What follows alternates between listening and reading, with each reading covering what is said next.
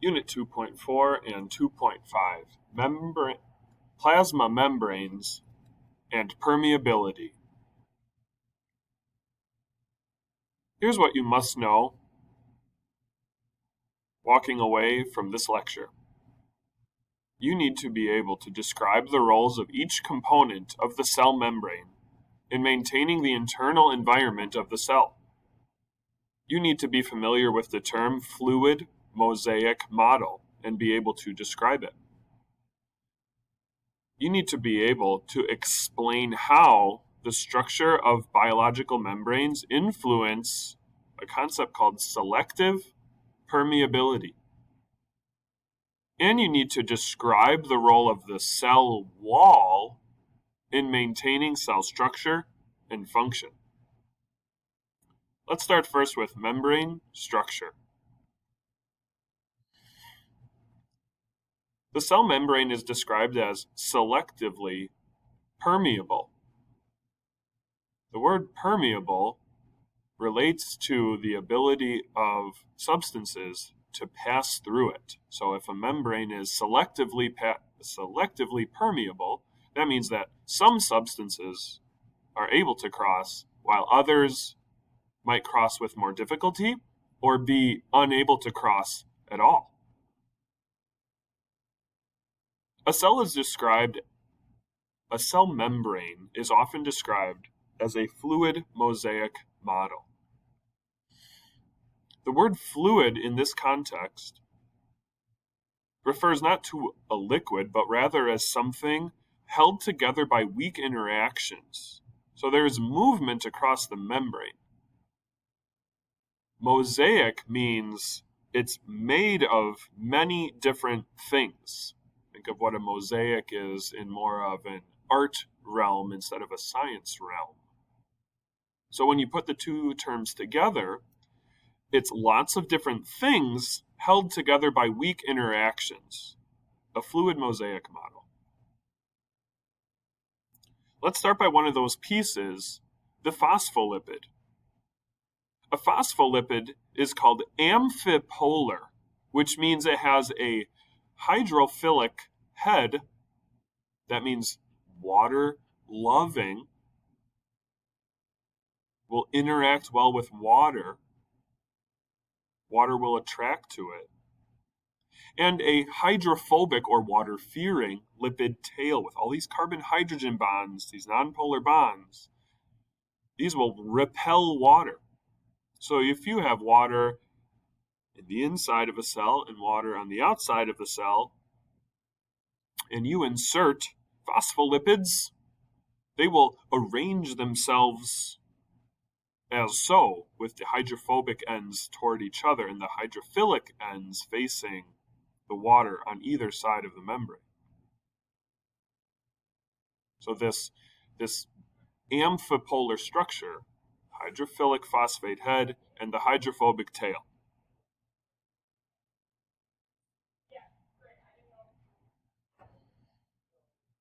The fluid mosaic model, remember the word mosaic means different substances in the membrane. So we can see many phospholipids, but what this illustration shows you are proteins.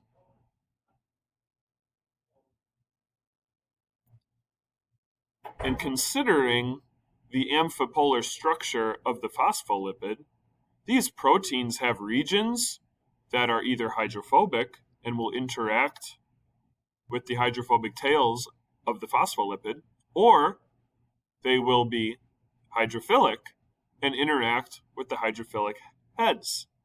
So what allows this protein to lie in this orientation in the membrane? Well, the exterior properties of the protein will interact chemically with either the hydrophobic tails or the hydrophilic heads of the amphipolar phospholipids. Speaking of fluid mosaic, look at this mosaic. Can you find different macromolecules that we covered in Unit 1 present in the membrane? I see lipids both in the phospholipid, and I also see them in these glycolipids that appear to be tagged on the outside of the cell. I also see carbohydrates emerging from the cell membrane. Once again, this is outside of the cell, extracellular, outside, and then insides.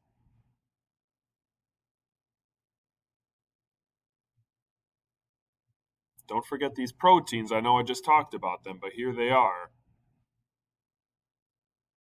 On or within the phospholipid bilayer. So let's talk about this fluid of the fluid mosaic model. Consider the structure of the phospholipids, specifically these fatty acid chains, these hydrophobic tails. Recall from Unit 1 that they can either be saturated, full of carbon-hydrogen bonds, with the max number of hydrogens in a straight carbon-carbon bond relationship, or we can have these kinks in here, caused by a double bond in the carbon, lacking a hydrogen, unsaturated. That's the difference between saturated and unsaturated. And what this allows for is space. Space in the membrane for things to travel through.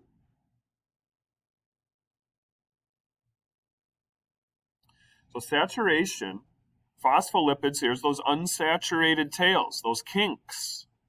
This allows for more fluidity.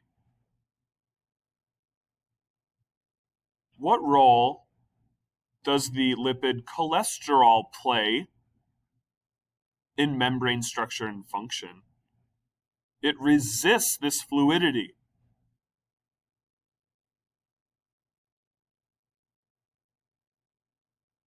And at high temperatures, it performs that function most optimally, but at low temperatures, it resists that close packing.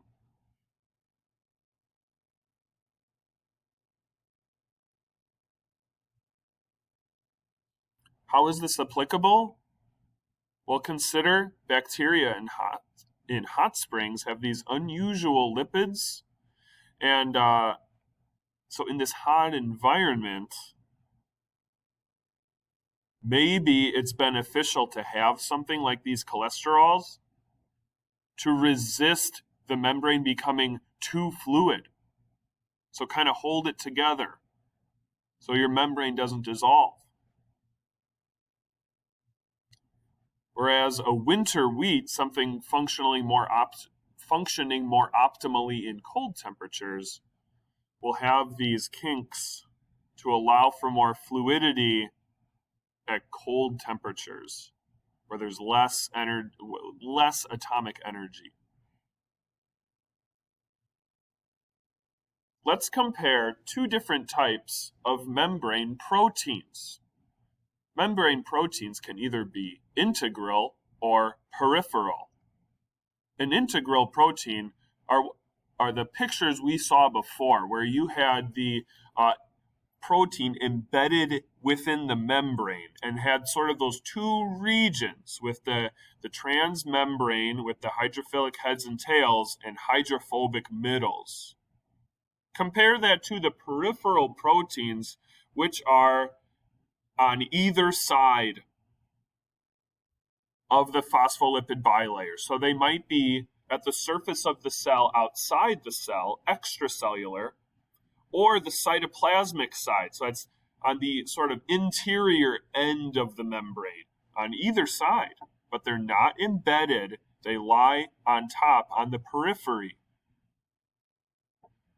How do they stay on top?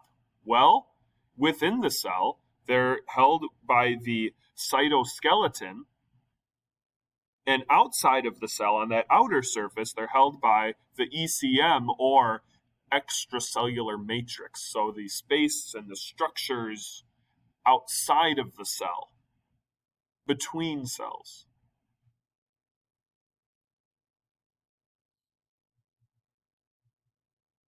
And there's this last bullet provides a stronger framework, pertains to these peripheral proteins. And here's a picture of them. So you can see both peripheral proteins here, and they do give you a cross section of these integral proteins. So you see the extracellular matrix here and the cytoplasm, and how, look at interior, we see these proteins being kind of supported and held onto the membrane here on the inside of the cell. And outside of the cell, these proteins are held by, within the extracellular fluid, these fibers of the extracellular matrix are kind of holding these proteins on the periphery.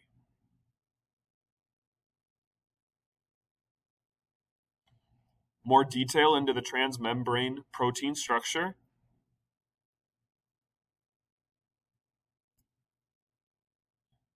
And this just gives you detail. What does this look like? Well, these amino acids in this arrangement allows for them to interact with the hydrophobic tails of the phospholipids. And these amino acids, these areas of proteins, will interact with the hydrophilic ends, the hydrophilic heads of the phospholipid.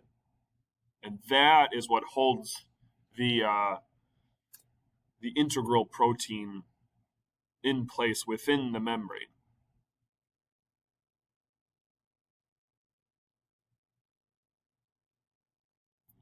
So what do membrane proteins do? Well, they can move things inside or outside of the cell, and you can tune into the next lecture, which is all about these mechanisms and kind of what drives the movement of solute or solvent from the inside and outside of the cell back and forth. Enzymatic activity, so these can facilitate chemical reactions. They can receive signals from outside to perform functions. So here's the signaling receptor, the protein action, and the signal transduction. Cells can recognize each other by tags on proteins. Cells can join together. And even have this attachment to the cytoskeleton and extracellular matrix. So remember, there's things within the cell and outside of the cell, the extracellular matrix and the cytoskeleton, that can interact with these proteins.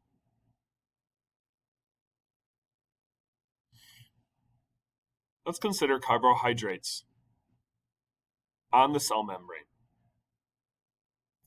Their function is to serve as tags or markers. They help cells recognize each other. They also play a role in developing organisms. What are these called? Well, they're called glycolipids and glycoproteins.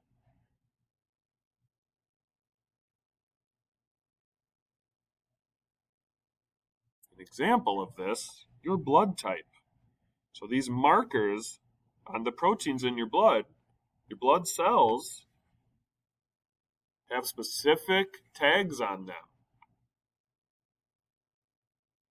And if blood is transfused that doesn't have the correct tags, your body will recognize that and combat an immune response. So your body might reject the blood in the transfusion if it doesn't have the correct tags on the surface of the blood cells. So just to come back here, what is the function of carbohydrates on the cell membrane? Primarily, it's going to be this recognition, and you can think of the blood type example.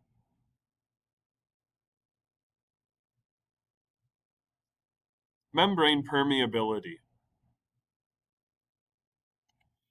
Circling back to this concept of selective permeability. So we talked about the fluid mosaic model and the components of the cell.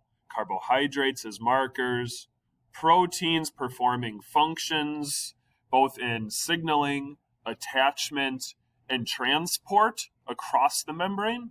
And we talked about lipids serving as structure to the protein and contributing to this selective permeability.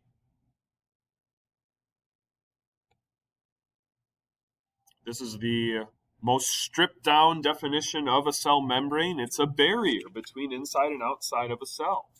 So if there's a barrier, that means things might not be able to pass through it, both or either in or out. So consider what might travel through the hydrophobic tail region of the phospholipid bilayer.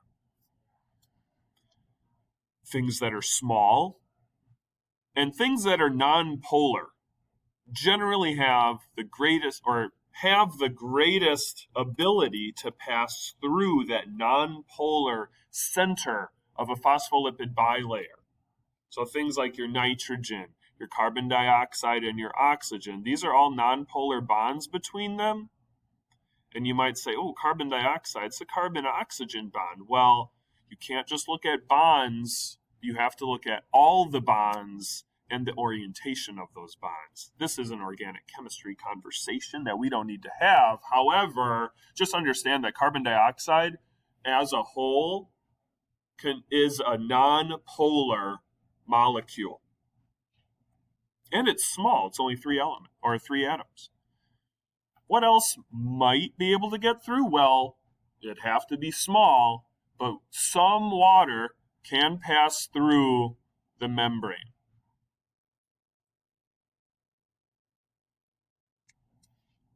And one more time, what causes this selective permeability? It's this hydrophobic core.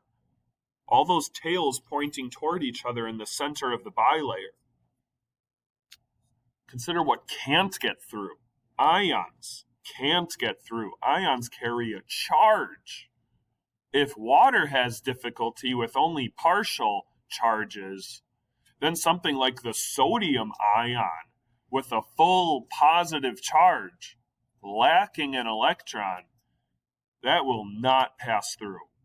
It's charged. It will repel the hydrophobic tails will repel that. There's no chance that it has passing through that membrane without some assistance. And we'll talk about the way proteins assist that transport of ions across a membrane, because that happens and is essential for life's function. Also consider particles that are just too big.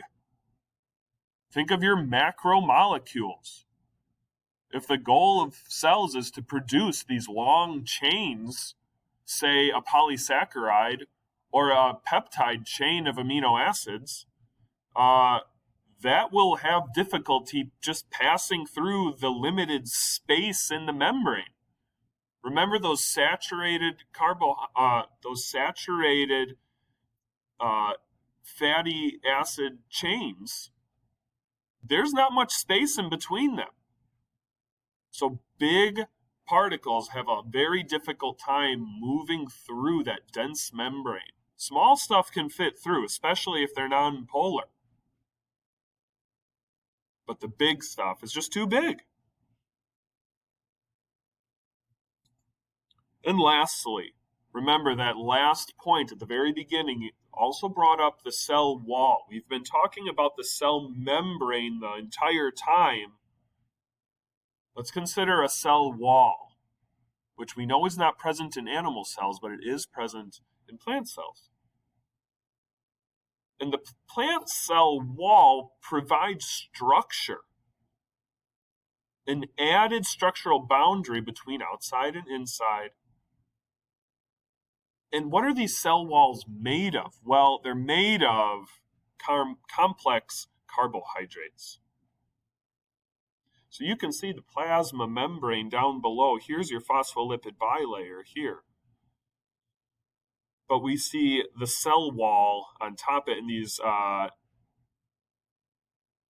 carbohydrates like pectin and these cellulose are adding to this structural boundary. That is the last slide of this lecture. Make sure you go back and you look at the first slide, which is what do I need to walk away with to make sure you're getting everything out of these slides.